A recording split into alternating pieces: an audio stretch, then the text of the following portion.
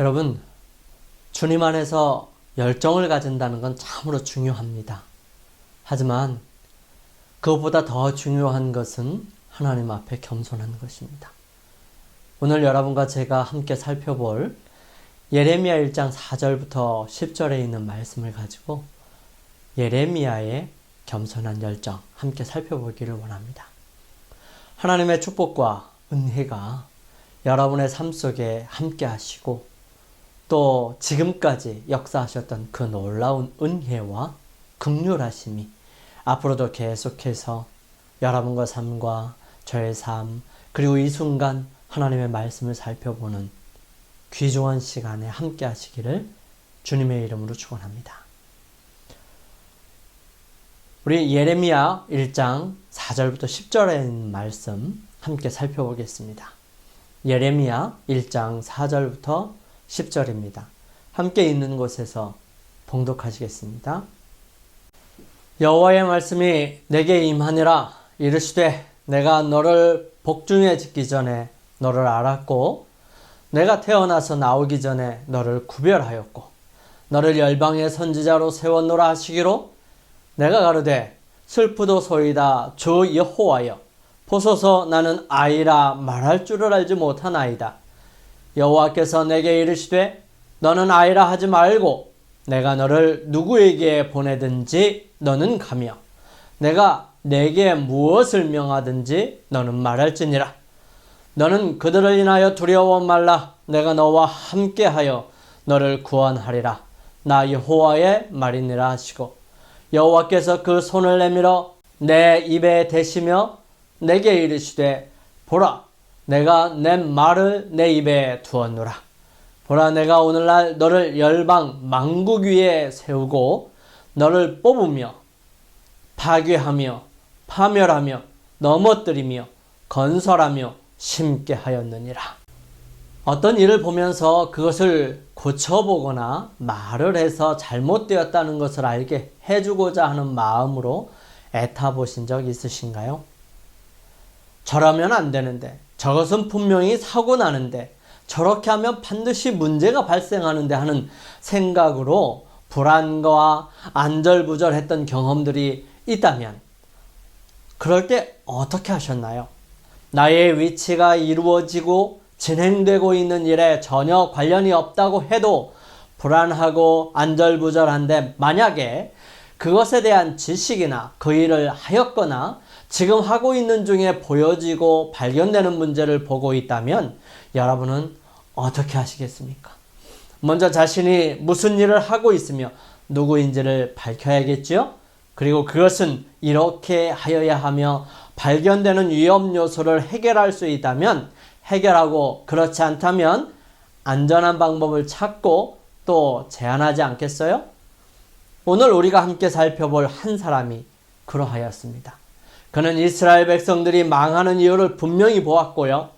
그것을 해결하는 방법이 무엇인지를 분명하게 알고 있었고 또 그 일에 대한 확신과 분명한 근거들을 가지고 있었습니다. 그래서 그를 믿고 신뢰하기만 했다면 이스라엘 백성들은 더 안전하고 확실한 은혜를 누릴 수 있었습니다. 하지만 그들은 그 길을 선택하지 아니하므로 더욱 처참하고 위험하고 절망적인 상태에 빠지게 됩니다. 그는 다름 아닌 예레미야였습니다. 오늘 우리는 예레미야의 모습들 속에서 초창기 모습을 함께 살펴보고 또 그의 전 생애를 잠깐 살펴보면서 우리에게 말씀하시는 하나님의 거룩한 은혜를 함께 경험하고 받게 되시기를 간절히 소원합니다. 하나님께서 예레미야에게 주신 소명, 그것은 무엇일까요? 여호와의 말씀이 내게 임하니라. 이르시되 내가 너를 복중에 짓기 전에 너를 알았고 내가 태에서 나오기 전에 너를 구별하였고 너를 열방의 선지자로 세웠노라 하시기로. 예레미야는 어떤 사람이었을까요? 그 이름의 뜻은 여호와께서 세우신다 라는 뜻으로 구약에는 총 9명이 이 이름으로 등장합니다. 우리는 그들 중에 오직 한 사람, 선지자 예레미야를 함께 살펴보려고 합니다. 예레미야 1장 1절에는 이렇게 기록하지요. 베냐민 땅 아나돗의 제사장 중 힐기야의 아들 예레미야의 말이라.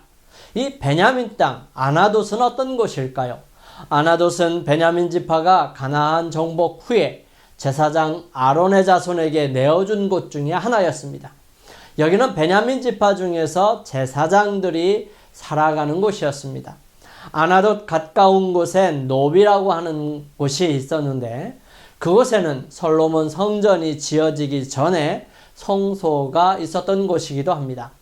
하지만 다윗에게 물려낸 진설병을 준 것을 사울의 목자장 도에게 밀고로 도에게 의해서 제사장들이 죽게 되었던 비운의 곳이기도 하지요. 다윗에게 겨우 도망쳐 살았던 아히두베 손자 이 아히멜렉의 아들 중에 하나인 아비아달의 고향이기도 하였습니다. 다윗과 함께 했던 아비아달이 나중에 솔로몬이 아닌 아도니아와 함께 다윗의 다음으로 왕위에 오를 사람으로 요압과 함께 모여하였지만 다윗은 솔로몬을 세우고 솔로몬은 아비아달을 그의 고향으로 귀향을 보내고 그의 직분을 박탈하지요. 이 아나돗의 출신이라면 바로 이 아비아달의 후손이었을 것입니다. 솔로몬 이후 제사장 자손들 중에서 이 아나돗의 출신 제사장들은 힘이 없고 약했을 것입니다. 하지만 하나님께서 그 아나돗 출신의 한 사람 예레미야를 불러 세우십니다. 하나님께서 오늘날 어떤 사람을 부르실까요? 예레미야는 그 다음 구절에 이렇게 기록합니다. 아몬의 아들 유다왕 요시아의 다스린 지 13년에 여호와의 말씀이 예레미야에게 임하였고 요시아의 아들 유다왕 여호야김 시대부터 요시아의 아들 유다왕 시드기야의 제11년 말까지 임하니라. 이 해 5월에 예루살렘이 사로잡히니라. 요시아는 유다의 20명의 왕들 중에서 16번째 왕입니다. 그때 13년이니까 요시아 왕이 31년을 통치했거든요.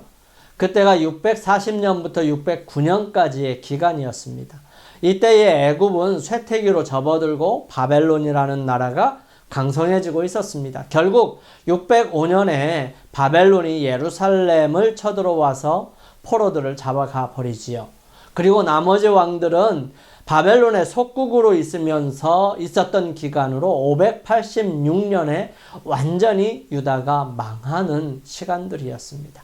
예레미야는 요시아의 아들 유다왕 시드기야 11년까지 있었다고 기록합니다. 아마 이때에 애굽에서 예레미야가 죽었을 것으로 생각됩니다.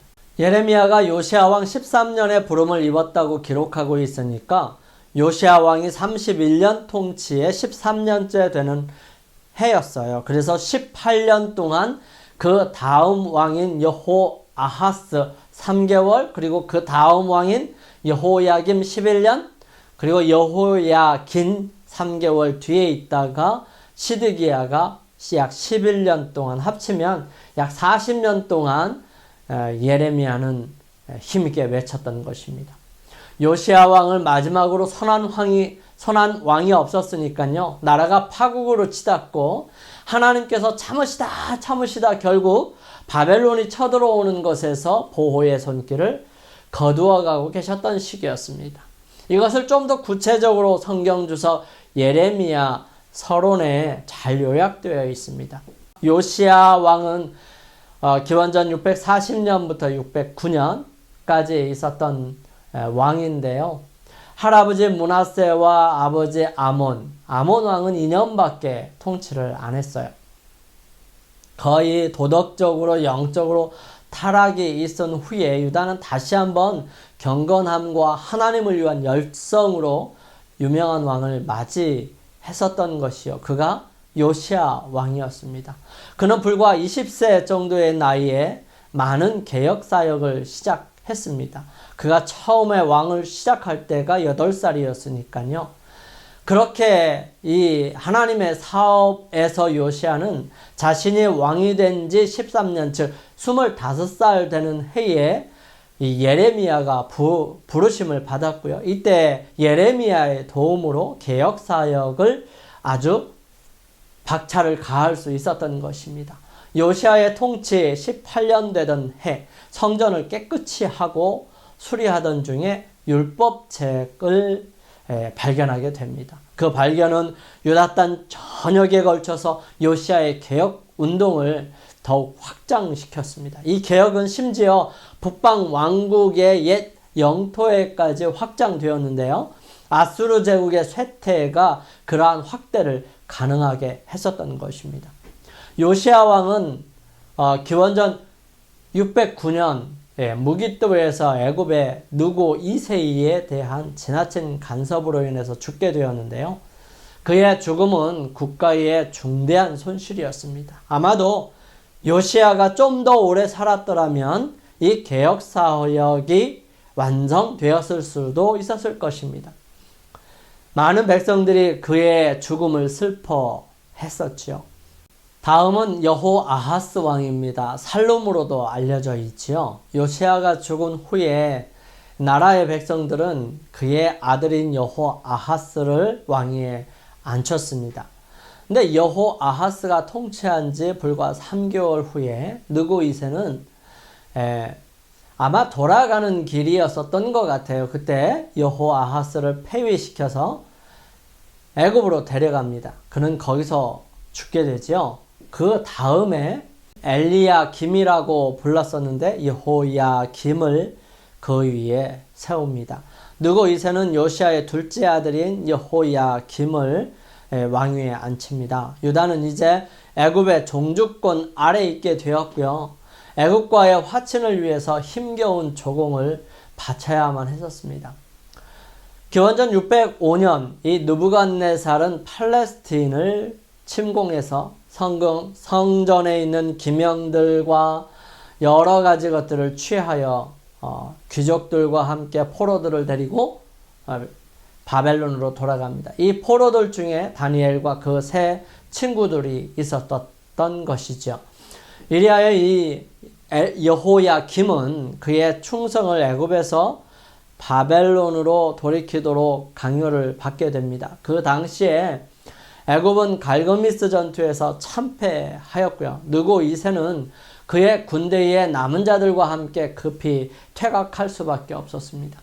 바벨론에 대한 충성을 엄숙히 맹세했는데도 불구하고 그 심중이 애굽과 가까웠던 이 여호야김은 기원전 598년 공개적으로 이 바벨론을 배반합니다. 이로 인해서 유다에 대한 제2차 침략이 야기되었고요. 여호야김의 생포와 죽음이 초래되었던 것입니다. 왕은 비참한 최후를 맞았을 것이에요. 그 다음에 있는 왕이 여호야긴입니다. 고니야라고도 하고 여고냐라고도 하는데요. 약 3개월간의 짧은 통치 후에 여호야김의 아들이자 후계자인 이 왕은 포위되고 있었던 이 바벨론 사람들에게 항복했고요. 그의 어머니, 아내들, 아들들 그리고 궁중의 신복들과 함께 바벨론으로 잡혀갑니다. 이 제2차 이송에서 그 성읍의 방백들과 장인들을 포함해서 약 10,000명의 포로가 이 바벨론에 끌려갑니다. 선지자 에스겔도 이 포로 중에 있었던 것이죠. 이 유수에 관련하여 이 고고학에 의해서 밝혀진 사실들에 대해서는 아주 우리가 다른 부분들을 참고해 볼 수 있습니다. 이 기간 중에 최소한 얼마 동안 여호야긴은 옥중에 있었는데요. 그가 유배된 지 약 37년부터 느부갓네살의 후계자인 아멜 마르둑, 이 성경에는 에월 무로닥이라고 나오는데요. 이 사람에 의해서 자유롭게 됩니다. 다음은 시드기야입니다. 시드기야는 초기에는 마따니아라고 불렸죠. 이 여호야긴을 잡아간 후에 느부갓네살은 21살 난 이 요시야의 아들을 유다의 꼭두각시 왕으로 세웠습니다. 시드기야는 어려운 문제에 부딪혔지요. 유다의 지배계급은 다 잡혀갔고요. 뒤에 남아있었던 사람들은 다루기가 아주 힘든 사람들이었습니다. 예레미야는 저들을 먹을 수 없는 몹쓸 무화과 나무에 비유했지요. 그 어려운 상황에 더해서 에돔, 모압, 암몬, 두로 그리고 시돈으로부터 사신들이 와 있었습니다. 아마도 바벨론에 대한 반역에 시드기야를 가담하도록 선동하기 위해서 왔었을 것입니다. 예레미야는 저들의 음모에 반대했고요. 유다의 경고를 했을 뿐만 아니라 그 나라들도 마찬가지로 바벨론 왕의 멍에를 매라고 훈계하였었던 것이죠. 그는 유다가 순복하지 않으면 예루살렘의 완전한 멸망을 부를 것이라고 경고했어요. 그러나 이러한 모든 교훈에 반대해서 시드기야는 반역을 하게 됩니다. 느부갓네살은 그 반역을 진압하기 위해서 신속하고 무섭게 행동을 개시했는데요. 그의 침략은 시드기야와 온 예루살렘을 공포와 근심으로 채우게 됩니다. 하나님의 은혜를 얻고자 하는 생사를 건 시도로서 그 왕과 백성들은 하나님과의 한 가지 엄숙한 언약에 합의하였는데요. 그것은 예루살렘에 있는 모든 히브리 노예들을 해방한다고 약속한 것이었습니다.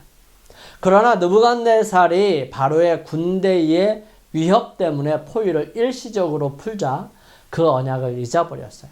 해방되었던 사람들은 잔인스럽게 다시 노예가 되었는데요. 예레미야는 매국노로서 체포되고 투옥되었습니다. 그렇지만 곧 포위는 다시 시작됩니다. 유다인들은 그들을 위협하는 운명으로부터 이 성읍과 자신들을 구원하기 위해 필사적으로 싸웠어요.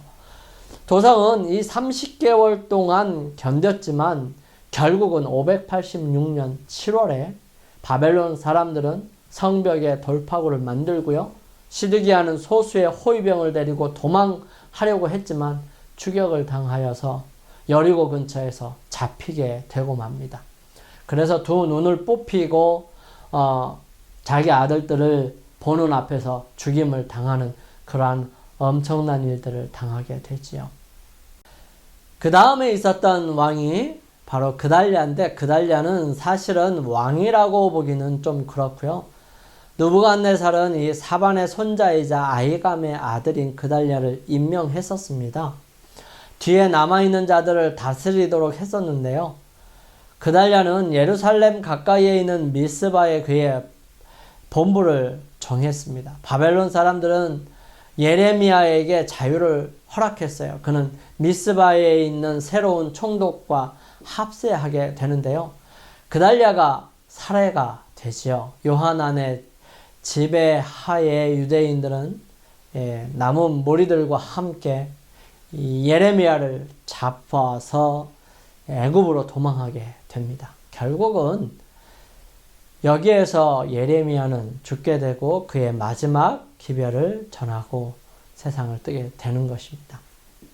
그러므로 이러한 상황 속에서 이 사회는 혼란스럽고 온갖 잡다한 주장과 거짓 선지자들로 판을 치는 어려운 시기였던 것입니다. 이러한 상황 속에서도 당신의 백성들이 그래도 살 수 있는, 그래도 은혜를 누릴 수 있는, 조금 덜 다칠 수 있도록 끊임없이 역사하시는 하나님의 모습을 예레미야를 통해서 볼 수 있는 것입니다. 그러므로 영감의 말씀은 이런 기록들을 계속해서 보내는 것입니다. 하나님께서는 젊은 예레미야가 자기 임무에 충실하고 큰 반대에도 불구하고 의를 위하여 굳세게 설 자임을 보셨다. 그는 어린 시절에도 충성스러움을 보여주었고 이제는 십자가의 선한 군사로서 고난을 견뎌야 하였다. 하나님께서는 그럼에도 불구하고 하나님을 믿을 사람, 하나님 편에 설 사람을 위해 기별을 보내셔야 했고요. 그들에게 희망과 은혜와 국료를 받을 수 있는 기회를 제공하기를 바라셨습니다. 하나님께서는 예레미야를 통해서 약 40년 동안 진리와 의의 증인으로서 국민들 앞에 서야 했고 그렇게 세웠어요. 곧 있게 될 이 배도의 시기에 그러한 시대에 그는 생활과 품성으로 유일하신 참 하나님께 대한 예배의 모습, 경건한 모습, 한결같은 모습을 보여야 했습니다. 이 무서운 예루살렘의 포위 기간에 그는 여호와의 대변자가 되어야 했는데요. 그는 다윗의 집의 몰락과 솔로몬이 건축한 아름다운 성전의 파멸을 예언해야 했었습니다. 그의 두려워할 줄 모르는 발언 때문에 투옥되었을 때에도 그는 여전히 산당의 죄악에 대하여 분명히 말해야 했어요. 사람들에게 멸시와 증오와 거절을 당한 그는 결국은 절박한 운명에 대한 자신의 예언이 문자 그대로 성취되는 것을 목격하고 또 운명지어진 성읍의 멸망에 뒤따를 슬픔과 괴로움, 아픔과 그러한 고통에 동참해야 했었습니다. 온 나라가 아주 신속하게 멸망에 휘말려 들고 있었던 이 전반적인 파멸 중에서도 예레미야는 때때로 현재의 비참한 환경 너머에 하나님의 백성의 원수의 땅에서 석방되어서 다시 회복되게 될 것을 바라보고 예언을 했었던 것입니다. 그는 여호와께서 그들과의 언약 관계를 새롭게 하실 때를 예지하였던 것이죠. 이렇게 중요한 일을 이제 맡아야 하는 예레미야는 스스로를 어떻게 생각하였을까요? 예레미야가 느끼는 자신의 모습은 어떤 모습이었을까요? 6절 7절은 이렇게 기록합니다. 내가 가로되 슬프도소이다. 주 여호와여 보소서. 나는 아이라 말할 줄 알지 못하나이다. 여호와께서 내게 이르시되 너는 아이라 하지 말고 내가 너를 누구에게 보내든지 너는 가며 내가 내게 무엇을 명하든지 너는 말할지니라. 레위 계통의 제사 직분을 맡은 사람 중에 하나인 이 예레미야는 그가 모태로부터 열방의 선지자가 되도록 세움을 입었다는 것을 조금도 깨닫지 못하였고요.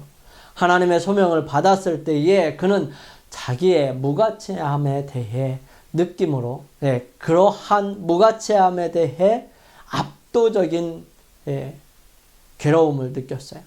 슬프도소이다. 주 여호와여 보소서. 나는 아이라 말할 줄 알지 못하나이다 하고 이렇게 부르짖었습니다. 모세도 미디안 광야로 도망가서 40년 동안 살고 있었을 때에 하나님께서 그에게 이스라엘 백성들을 출애굽시켜서 가나안 땅으로 인도할 지도자로 세우려고 그에게 나타나셔서 상황 설명을 쭉 하십니다. 이때에 모세가 말하죠. 모세가 대답하여 가로되 그러나 그들이 나를 믿지 아니하며 내 말을 듣지 아니하고 이르기를 여호와께서 내게 나타나지 아니하셨다 하리이다. 이때 하나님께서는 두 가지 이적을 직접 경험하게 하시고요. 또 한 가지는 약속하십니다. 지팡이를 던져서 뱀이 되게 하셨어요. 그리고는 하나님께서는 그들로 그 조상의 하나님 곧 아브라함의 하나님, 이삭의 하나님, 야곱의 하나님 여호와가 내게 나타난 줄을 믿게 하겠다고 말씀하셨습니다. 손을 폼에 넣었다가 꺼냈을 때 문둥병이 걸리고 다시 집어넣었다 빼니 완쾌되는 것, 이것을 보여주셨어요. 처음 것은 믿지 않아도 두 번째 것은 믿을 것이라고 얘기하면서 그것도 믿지 아니하면 하수의 물을 조금 취하다가 육지에 부으면 피가 될 것이라고 약속하십니다. 이때에 모세는 말합니다. 모세가 여호와께 고하되 주여 나는 본래 말에 능치 못한 자라. 주께서 주의 종에게 명하신 후에도 그러하니 나는 입이 뻣뻣하고 혀가 둔한 자이니이다. 이때 여호와께서 말씀하십니다. 여호와께서 그에게 이르시되 누가 사람의 입을 지었느냐? 누가 벙어리나 귀머거리나 눈 밝은 자나 소경이 되게 하였느냐? 나 여호와가 아니뇨. 이제 가라. 내가 내 입과 함께 있어서 할 말을 가르치리라. 그럼에도 불구하고 그는 말합니다.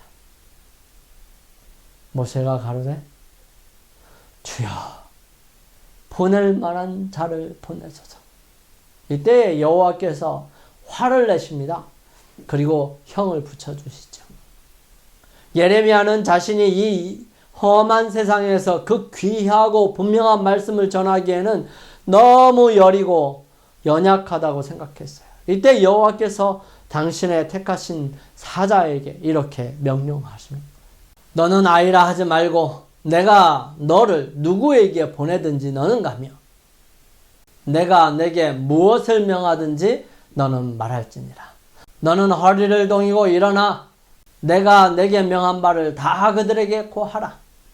성경주석에서 예레미야에 대해 이렇게 설명합니다. 예레미야는 저자의 풍부한 개성을 뚜렷하게 드러낸다. 그의 섬세하고 민감한 천성은 그의 고백이라고 불리는 여러 구절 가운데 반영되어 있다. 이러한 구절들은 이 하나님의 사람의 영적인 자서전을 우리에게 제공한다. 예레미야는 천성적으로 수저보하고 사교성이 없었으며 커다란 내적 갈등으로 자주 투쟁하였던 것으로 보인다. 그러나 그는 하나님의 능력을 통하여 자신을 하나님을 위한 위대한 영웅으로 만들어준 영적인 용기를 개발하였던 것이다. 예레미야서는 철저하게 개인적인 구절들 뿐만 아니라 일련의 전기적이고 즉 사람의 일대기를 기록하고 역사적인 이야기들도 포함하고 있습니다. 예레미야의 생애와 봉사에 관해서는 다른 선지서 기자들의 생애와 봉사보다 더 많은 것을 알 수 있는 것이지요. 영감의 말씀에도 이 예레미야의 삶을 여러 각도로 조명하면서 그의 평생 동안에 하나님을 향한 그리고 백성들을 향하여 가진 거룩하고 겸손한 열정들을 표현하고 있습니다. 부르심을 받았던 날부터 이 봉사의 종말에 이르기까지 예레미야는 인간의 분노가 이길 수 없는 이 살피는 자와 요새로서 하나님 앞에 하나님께로부터 말씀을 받아 유다 앞에 출입해야 했었던 것입니다. 여호와께서는 당신의 종에게 미리 통고하셨죠. 그들이 너를 칠지라도 이기지 못할 것은 내가 너와 함께하여 너를 구원하여 건짐이니라. 여호와의 말이니라. 내가 너를 악한 자의 손에서 건지며 무서운 자의 손에서 구속하리라 말하고 있습니다. 수줍어하고 겁이 많은 성격을 타고난 예레미야는 계속적으로 뉘우치지 않는 자기 민족을 볼 필요가 없는 평화롭고 조용한 은퇴 생활을 갈망하였습니다. 그의 마음은 죄 때문에 일어나는 파멸에 대하여 점이듯 괴로웠어요. 그는 어찌하면 내 머리에는 물이 되고 내 눈은 눈물이 근원이 될꼬. 그렇게 되면 살육당한 딸 내 백성을 위하여 주야로 구급하리로다. 어찌하면 내가 광야에서 나그네의 유할 곳을 얻을꼬. 그렇게 되면 내 백성을 떠나가리라 라고 했습니다. 예레미야는 쓰라린 조롱을 견뎌야 했습니다. 그의 민감한 용어는 그의 기별을 멸시하고 그들의 회개를 위한 그의 수고를 경시하는 사람들이 퍼붓는 조롱의 화살에 계속 찔림을 받고 고통을 당했어요. 그는 이렇게 선언합니다. 나는 내 모든 백성에게 조롱거리 곧 종일토록 그들의 노랫거리가 되었도다. 내가 조롱거리가 되니 사람마다 종일토록 나를 조롱하나이다. 나의 친한 벗도 다 나의 타락하기를 기다리며 피차 이르기를 그가 혹시 유혹을 받으리니 우리가 그를 이기어 우리 원수를 갚자 하나이다. 그렇지만 이 예레미야는 충성스러운 선지자였습니다. 그는 날마다 견딜 수 있는 힘을 하나님께로부터 얻었어요. 그는 믿음으로 선언하였습니다. 여호와는 두려운 용사 같으시며 나와 함께 하시는 거로 나를 박해하는 자가 넘어지고 이기지 못할 것이오매 그들은 지혜롭게 행치 못함으로 큰 수욕을 당하오리니 수욕은 영영이 잊지 못할 것이니이다. 여호와께 노래하라. 너희는 여호와를 찬양하라. 가난한 자의 생명을 행악자의 손에서 구원하셨음이니라. 예레미야는 청년 시절과 또한 봉사 후기 동안에 겪은 경험, 이런 것으로 인생의 길이 자기에게 있지 아니하고 걸음을 지도함이 걷는 자에게 있지 아니하다는 사실을 교훈으로 배웠습니다. 그는 여호와께서 나를 징계하옵시되 너그러이 하시고 진노로 하지 마옵소서. 주께서 나로 없어지게 하실까 두려워함이니이다 라고 기도하기를 배웠다는 사실입니다. 예레미야는 시련과 슬픔의 잔을 마시라는 요청을 받을 때와 고통 중에 나의 힘과 여호와께 대한 내 소망이 끊어졌다고 말하도록 유혹을 받았을 때에도 자기를 위한 하나님의 섭리를 회상하고 의기양양하게 부르짖었습니다. 여호와의 자비와 긍휼이 무궁하심으로 우리가 진멸되지 아니함이니이다. 이것이 아침마다 새로우니 주의 성실이 크도소이다. 내 심령에 이르기를 여호와는 나의 기업이시니 그러므로 내가 저를 바라리라 하도다. 무릇 기다리는 자에게나 구하는 영혼에게 여호와께서 선을 베푸시도다. 사람이 여호와의 구원을 바라고 잠잠히 기다림이 좋도다. 사랑하는 성도 여러분, 예레미야가 감당해야 할 사명, 그것은 어떤 것이었을까요? 우리가 조금 살펴보았지만 좀 더 자세히 살펴보기를 원합니다. 8절 9절은 이렇게 기록해요. 너는 그들을 인하여 두려워 말라. 내가 너와 함께하여 너를 구원하리라. 나 여호와의 말이니라 하시고 여호와께서 그 손을 내밀어 내 입에 대시며 내게 이르시되 보라 내가 내 말을 내 입에 두었노라. 보라 내가 오늘날 너를 열방 만국 위에 세우고 너를 뽑으며 파괴하며 파멸하며 넘어뜨리며 건설하며 심게 하였느니라. 지금의 이스라엘은 하나님의 은혜와 긍휼의 시기를 모두 허비한 상태였습니다. 그들을 위한 더 이상의 자비가 남아있지 않을 만큼 그들은 하나님과의 약속과 언약을 철저하게 짓밟아 버렸고요. 국가적으로 하나님을 거부하는 상태에 이르게 되었습니다. 아무리 선한 왕 요시야가 노력했음에도 불구하고 완전히 돌아서고 새롭게 부흥하지를 못했어요. 예레미야를 통해서 계속해서 보내는 회개와 돌아섬 그리고 다가오는 징책을 달게 받으라는 기별은 매국노로 그들을 더욱 어렵게 만들었고요. 그 기별이 이스라엘 백성들과 왕에게 은혜와 능력으로 작용되지 않았습니다. 그들 스스로가 거절하였기 때문입니다. 여호와께서 예레미야의 사명을 분명하게 말씀하십니다. 보라 내가 오늘날 너를 열방 만국 위에 세우고 너를 뽑으며 파괴하며 파멸하며 넘어뜨리며 건설하며 심게 하였느니라. 예레미야가 감당해야 할 사명은 세우며 뽑으며 파괴하며 파멸하며 넘어뜨리며 건설하며 심게 하시는 하나님의 모습을 가르쳐 주는 것이었습니다. 예레미야를 통해서 당신의 백성에게 보내신 여호와의 말씀은 참으로 간절했습니다. 배역한 이스라엘아 돌아오라. 나의 노한 얼굴을 내게로 향하지 아니하리라. 나는 긍휼이 있는 자라 너를 한없이 품지 아니하느니라. 여호와의 말이니라. 너는 오직 내 죄를 자복하라. 이는 내 하나님 여호와를 배반하였음이라. 나 여호와가 말하노라. 배역한 자식들아 돌아오라. 나는 너희 남편임이니라. 너희가 나를 나의 아버지라고 하고 나를 떠나지 말 것이니라. 배역한 자식들아 돌아오라. 내가 너희의 배역함을 고치리라. 이 놀라운 호소에 첨가해서 여호와께서는 그들이 당신께로 돌아올 때 가지고 오면서 말할 말까지 주어줍니다. 참으로 놀라운 말씀이에요. 그들은 보소서 우리가 주께 왔사오니 주는 우리 하나님 여호와심이니이다. 작은 산들과 큰 산 위에 떠드는 무리에게 바라는 것은 참으로 허사라. 이스라엘의 구원은 진실로 우리 하나님 여호와께 있나이다. 우리는 수치 중에 늦겠고 우리는 수욕이 덮이올 것이니 이는 우리와 우리 열조가 어렸을 때로부터 지금까지 오늘까지 우리 하나님 여호와께 범죄하여 우리 하나님 여호와의 목소리를 청종하지 아니하였음이니이다.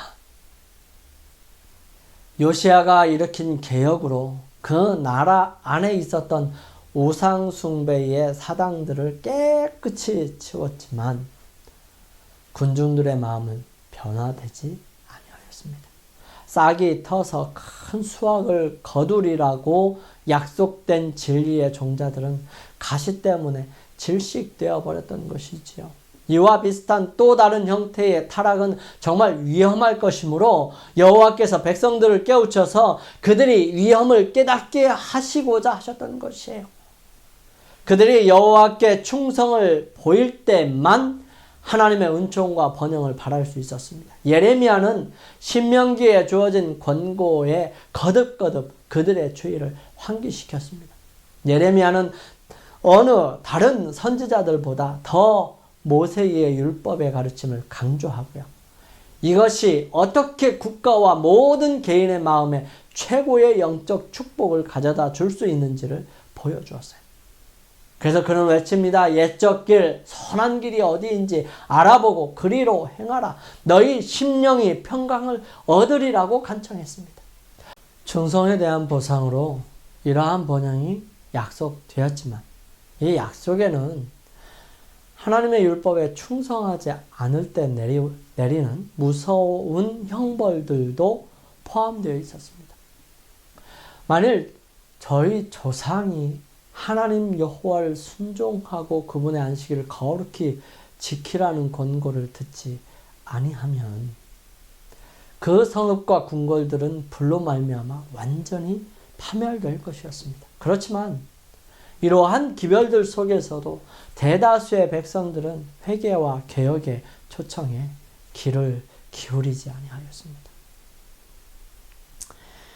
이 선한 왕 요시야가 죽은 후에 여호아하스가 그 뒤를 이었지만 이 애굽 왕의 간섭으로 이 여호아하스가 폐위되고 여호야김이 왕위를 계승하게 됩니다. 이 여호야김의 치세의 초기부터 이 예레미야는 그의 사랑하는 나라를 파멸해서 구하고 그 백성들을 포로에서 건져낼 희망을 거의 가질 수가 없었습니다. 그렇지만 그는 나라가 완전히 파멸될 위험에 처해 있을 것을 잠잠히 보고만 있도록 허락되지는 아니하였어요. 하나님께 충실한 사람은 굽히지 않고 의를 행하도록 격려를 받아야 했고요. 죄인들도 할 수 있는 한 죄악에서 돌아서도록 권유를 받아야만 했습니다. 위기는 많은 사람들이 볼 수 있도록 여러 가지 방법과 방향으로 이루어지는 노력이 요구되었어요. 여호와께서는 예레미야에게 성전 마당에 서서 출입하는 모든 유대인들에게 말하라고 명령하셨습니다. 그가 받은 기별에서 그는 한 말도 줄이지 말아야 했어요.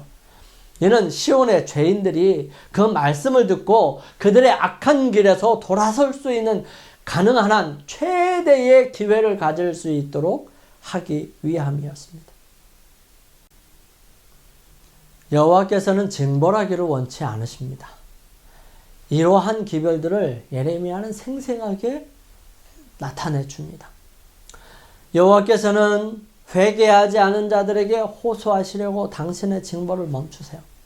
이미 문 앞에까지 다 와서 벌을 받을 수밖에 없는 그러한 상황인데도 하나님께서는 멈추시고 기다리시고 계시는 것입니다. 인애와 공평과 정직을 땅에 행하시는 하나님께서는 죄 많은 당신의 자녀들을 그리워하시고 할 수 있는 모든 방법을 사용하셔서 그들에게 영생의 길을 가르치고자 하시지요. 그분은 유일하게 참되시고 살아계신 하나님이셨어요. 당신을 섬길 수 있도록 이스라엘 백성들을 속박에서 구원해 내셨습니다. 이러한 이스라엘 백성에게나 세상 모든 사람들에게 하나님과 같은 분은 없으시지요. 비록 그들이 오랫동안 우상 숭배 중에 방황하고 당신의 경고를 멸시해 왔었지만 하나님께서는 이제 그들을 멸하기를 멈추시고 회개할 수 있는 또 다른 기회를 주시기를 원하신다고 예레미야를 통해서 말씀하시는 것입니다. 그분은 마음에서 우러나는 절저한 개혁만이 그들이 당해야만 하는 절박한 운명을 피할 수 있다는 사실을 분명하게 가르쳐 줍니다. 성전과 그 봉사에 걸고 있는 그들의 신뢰는 헛될 것입니다. 의식과 예식은 죄를 속할 수가 없어요. 저희가 하나님의 선민이라고 주장하겠지만 마음과 생활 습관의 개혁만이 계속된 범죄의 불가피한 결과로부터 그들을 구원해낼 수 있었습니다. 유다 성읍들과 예루살렘 거리에서 유다 백성에게 보내는 예레미야의 기별은 이와 같이 너희는 이 언약, 거룩한 성경에 기록된 여호와의 분명한 교훈의 말씀을 듣고 준행하라는 것이었습니다. 이것이 바로 여호야김 치세 초기에 예레미야가 성전 마당에서 선포한 기별이었던 것이죠. 마음을 깊이 살필 때가 왔습니다. 요시야가 통치자로 있을 동안에는 백성들에게 다소나마 희망의 여지가 있었습니다. 그렇지만 그는 그들을 위하여 그 이상 중재할 수가 없었어요. 그는 죽었기 때문입니다. 국민의 죄악이 그와 같으므로 중재하기 위한 시간은 거의 다 지나가 버렸어요. 여호와께서는 모세와 사무엘이 내 앞에 섰다 할지라도 내 마음은 이 백성을 향할 수 없나니 그들을 내 앞에서 쫓아내치라. 그들이 만일 내게 말하기를 우리가 어디로 가리요 하거든 너는 그들에게 이르기를 여호와의 말씀에 사망할 자는 사망으로 나아가고 칼을 받을 자는 칼로 나아가고 기근을 당할 자는 기근으로 나아가고 포로가 될 자는 포로됨으로 나아갈지니라고 하셨습니다.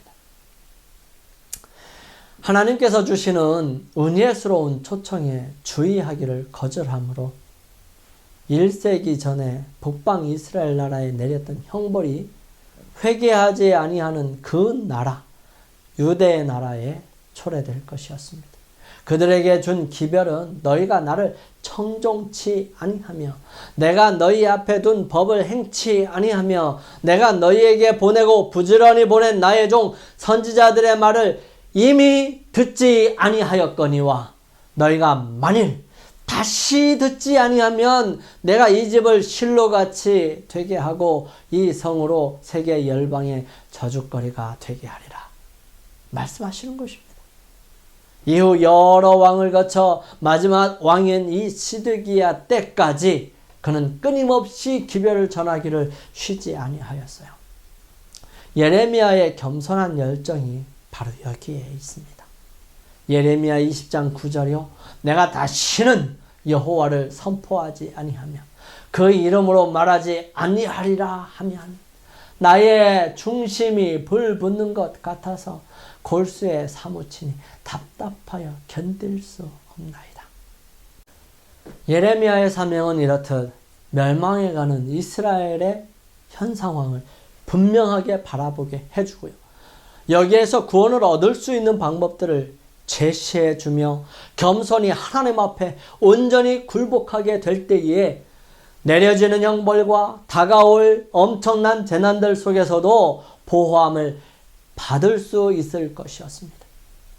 그런 기별들을 예레미야가 하고 있었던 것이죠. 하지만 이스라엘 백성들은 끝까지 거부함으로 결국 망하게 되었던 것입니다. 이스라엘 백성들이 하나님을 거부하려고 일부러 그런 선택을 하지 않았다고 말하고 싶을 것입니다.